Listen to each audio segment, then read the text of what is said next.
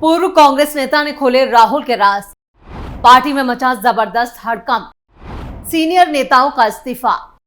चुनावों के बीच राहुल सोनिया को झटका। नमस्कार, मैं हूं परवीन शेख। आप देख रहे हैं कैपिटल टीवी की स्पेशल स्टोरी। 2024 चुनावों के बीच राहुल गांधी को लेकर उनके अपने ही उनके खिलाफ हो गए हैं। कांग्रेस पार्टी इन चुनावों में अपने अस्तित्व की लड़ाई लड़ रही है। ऐसे में संकट के दौर से गुजर रही कांग्रेस की मुश्किलें कांग्रेस के मौजूदा नेताओं के साथ साथ कांग्रेस के पूर्व नेता भी मुश्किलें बढ़ाने का काम कर रहे हैं। अब एक पूर्व कांग्रेसी ने राहुल गांधी को लेकर ऐसे खुलासे किए हैं जिससे पार्टी में ही बवाल मच गया है। कांग्रेस छोड़ने वालों की पहले ही पार्टी में लाइन लगी हुई है और अब पूर्व कांग्रेस नेता के खुलासे से लग रहा है कि पार्टी खत्म ही हो जाएगी। आपको बता दें कि अकेले मध्य प्रदेश में कांग्रेस के 4 लाख से ज्यादा नेता और कार्यकर्ता पार्टी छोड़ चुके हैं। इसके साथ ही मध्य प्रदेश में कांग्रेस छोड़ने वालों की तो लाइन लग चुकी है। मध्य प्रदेश से लेकर दिल्ली तक में कई सीनियर नेता पार्टी को अलविदा कह चुके हैं। इस बीच केंद्रीय मंत्री और बीजेपी की मध्य प्रदेश की गुना लोकसभा सीट से उम्मीदवार ज्योतिरादित्य सिंधिया ने कांग्रेस पर निशाना साधते हुए कहा, कांग्रेस अपने अंत की तरफ बढ़ रही है और वो खुद को दीमक की तरह चाट रही है। सिंधिया ने कहा कि कांग्रेस वैचारिक रूप से दिवालिया हो चुकी है और कोई भी उसके साथ नहीं रहना चाहता। हालांकि पार्टी ने कई सीटों पर उम्मीदवार नहीं उतारे हैं, लेकिन इसके उम्मीदवार चुनाव की दौड़ से हट गए हैं। ज्योतिरादित्य सिंधिया कभी गांधी परिवार के बेहद करीबी और राहुल गांधी के जिगरी दोस्त थे, लेकिन अब वो पूरी तरह से चुनावों के बीच नेहरू गांधी परिवार की धज्जियां उड़ा रहे हैं। चुनाव प्रचार के दौरान सिंधिया सीधे राहुल गांधी पर निशाना साध रहे हैं और ऐसे बयान दे रहे हैं जो राहुल गांधी को छवि को और धूमिल करने का काम कर रहे हैं। आपको बता दें कि ज्योतिरादित्य सिंधिया ने साल 2020 में कांग्रेस से अपना 18 साल पुराना नाता तोड़ लिया और बीजेपी में शामिल हो गए थे। सिंधिया ने ही उस वक्त कमलनाथ सरकार को गिराकर शिवराज सरकार बनाने में बड़ी भूमिका निभाई थी। सिंधिया ने खुद तो कांग्रेस छोड़ी ही थी, इसके साथ ही अपने प्रति वफादार 22 कांग्रेस विधायकों से भी इस्तीफा दिलवाया था। मध्य प्रदेश में सिंधिया की बगावत से कांग्रेस को उस वक्त जबरदस्त झटका लगा था, जिससे उस वक्त 15 महीने पुरानी कमलनाथ के नेतृत्व वाली मध्य प्रदेश सरकार गिर गई थी और राज्य में बीजेपी सत्ता में आ गई थी। सिंधिया ने कांग्रेस पर किया जोरदार हमला। संविधान को लेकर क्या कहा, अमेठी रायबरेली पर क्या कहा। 2024 लोकसभा चुनाव 2 चरणों का मतदान जो है वो पूरा हो चुका है। 2 चरणों में 190 सीटों पर वोटिंग हो चुकी है। अब सभी राजनीतिक दल तीसरे चरण के रण में जमकर पसीना बहा रहे हैं। इस चुनाव में प्रचार में कांग्रेस ने आरोप लगाया कि अगर तीसरी बार पीएम मोदी और बीजेपी सत्ता में लौटे तो संविधान बदल देगी। इसको लेकर ज्योतिरादित्य सिंधिया ने कहा है कि देश में आपातकाल लगाने वाली पार्टी अब संविधान का पाठ पढ़ा रही है। चुनाव प्रचार के बीच गुना से शिवपुरी जाते समय सिंधिया ने कहा, कांग्रेस विचारधारा मानव संसाधन के मामले में दिवालिया हो गई है। कोई भी कांग्रेस के साथ नहीं रहना चाहता और पार्टी में किसी के लिए कोई मान सम्मान नहीं है।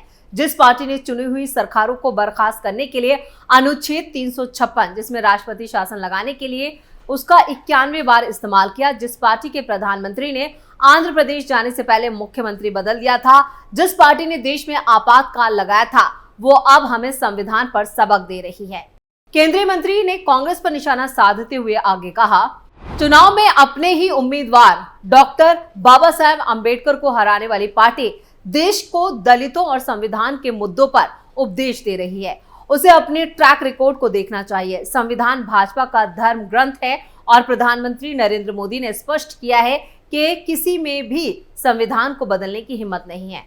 कांग्रेस ने 3 मई को राहुल गांधी की पिछले 2 दशकों से उनकी मां सोनिया गांधी की सीट रही रायबरेली से और गांधी परिवार के करीबी सहयोगी किशोरी लाल शर्मा की अमेठी से उम्मीदवारी की घोषणा की, जिस पर तीखी टिप्पणी करते हुए सिंधिया ने कहा, यह शुक्रवार तक स्पष्ट नहीं था कि अमेठी और रायबरेली से कौन चुनाव लड़ रहा है।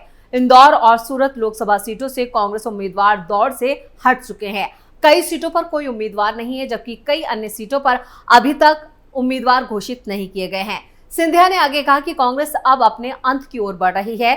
2019 के मुकाबले लोकसभा चुनाव के पहले 2 चरणों में हुए कम मतदान पर भी सिंधिया ने कहा कि मध्य प्रदेश की सभी 29 संसदीय सीटों में कमल खिलेगा, क्योंकि लोगों को प्रधानमंत्री नरेंद्र मोदी पर पूरा भरोसा है।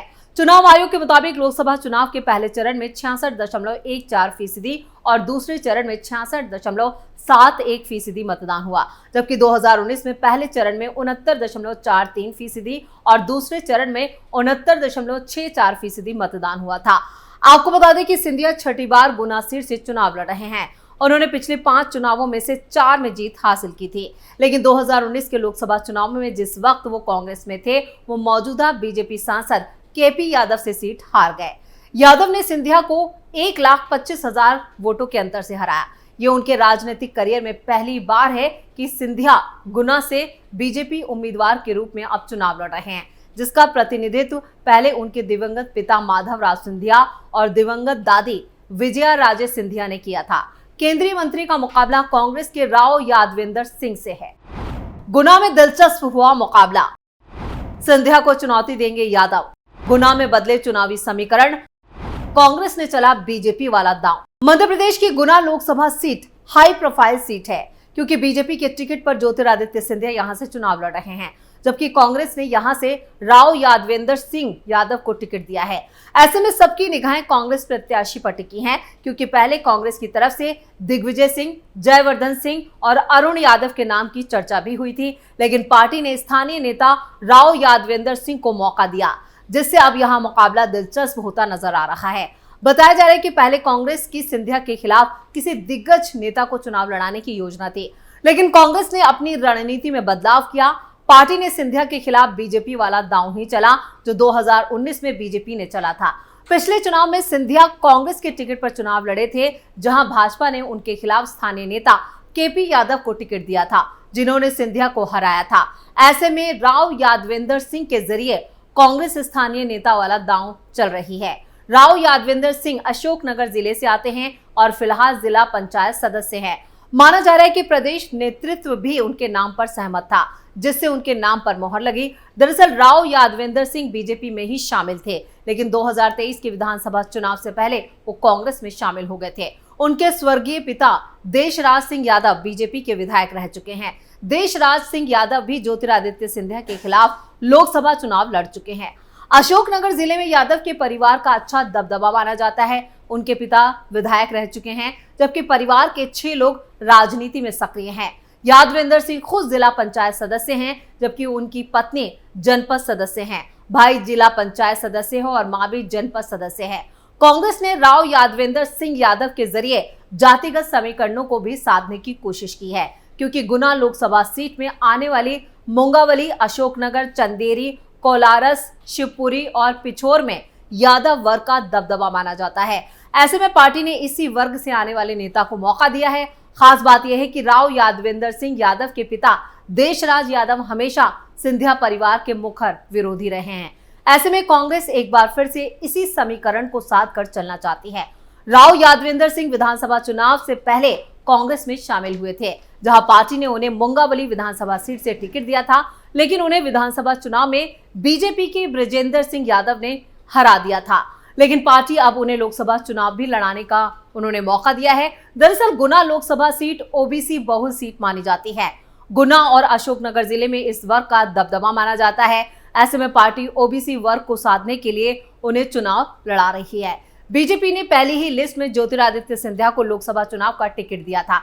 ऐसे में सिंधिया ने यहां प्रचार भी शुरू कर दिया। अब कांग्रेस ने भी प्रत्याशी का ऐलान कर दिया है। ज्योतिरादित्य सिंधिया इससे पहले 5 बार कांग्रेस के टिकट पर गुना शिवपुरी लोकसभा सीट से चुनाव लड़ चुके हैं, जिनमें 4 बार उन्हें जीत मिली थी, जबकि 2019 लोकसभा चुनाव में उन्हें हार का सामना करना पड़ा था। लेकिन अब सिंधिया बीजेपी के टिकट पर फिर से इसी सीट से मैदान में है। गुना के जातिगत समीकरण की बात करें तो यहाँ एससी समुदाय के 2,30,000 मतदाता हैं, 1 लाख एसटी समुदाय के हैं, 60,000 कुशवा, रघुवंशी 32,000, यादव 73,000, ब्राह्मण 80,000, वही मुस्लिम और जैन 20,000 की इनकी आबादी है।